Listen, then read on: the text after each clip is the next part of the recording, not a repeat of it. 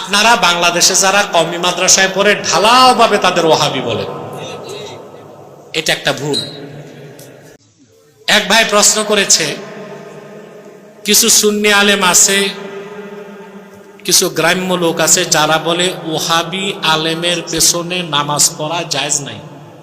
কথা তো ঠিক, কিন্তু ওহাবি কে তা তো চিনতে হবে। ওহাবি আলেমের পেছনে নামাজ না পড়াই উচিত, আর ওহাবি কে তা তো চিনতে হবে।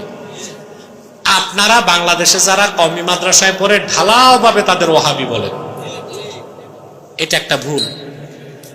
কওমি মাদ্রাসায় পড়লেই কি ওহাবি হয় না? কওমি মাদ্রাসায় যারা পড়াশোনা করে তাদের গোড়াটা কোত্থেকে জানেন? সৈয়দ আহমদ বেরেলি রহমতুল্লাহ। সৈয়দ আহমদ বেরেলি রহমতুল্লাহর প্রধান খলিফা কারামত আলী জৌনপুরি রহমতুল্লাহ থেকে সিলসিলা জৌনপুর, আরেক খলিফা নূর মোহাম্মদ ঝানজানবি রহমতুল্লাহ থেকে দেওবন্দ, আরেক খলিফা নূর মোহাম্মদ নিজামপুরি থেকে ফুরফুরা থেকে আরো শাখা প্রশাখা বের হয়েছে।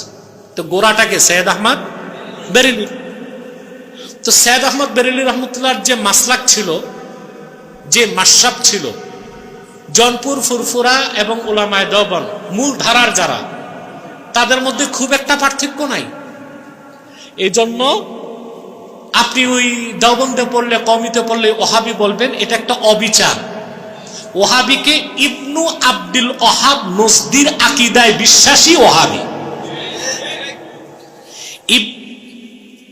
ইবনু আব্দুল ওয়াহাব নজদির আকীদার সাথে আমাদের আহলুস সুন্নাহর আকীদার 15টা পার্থক্য।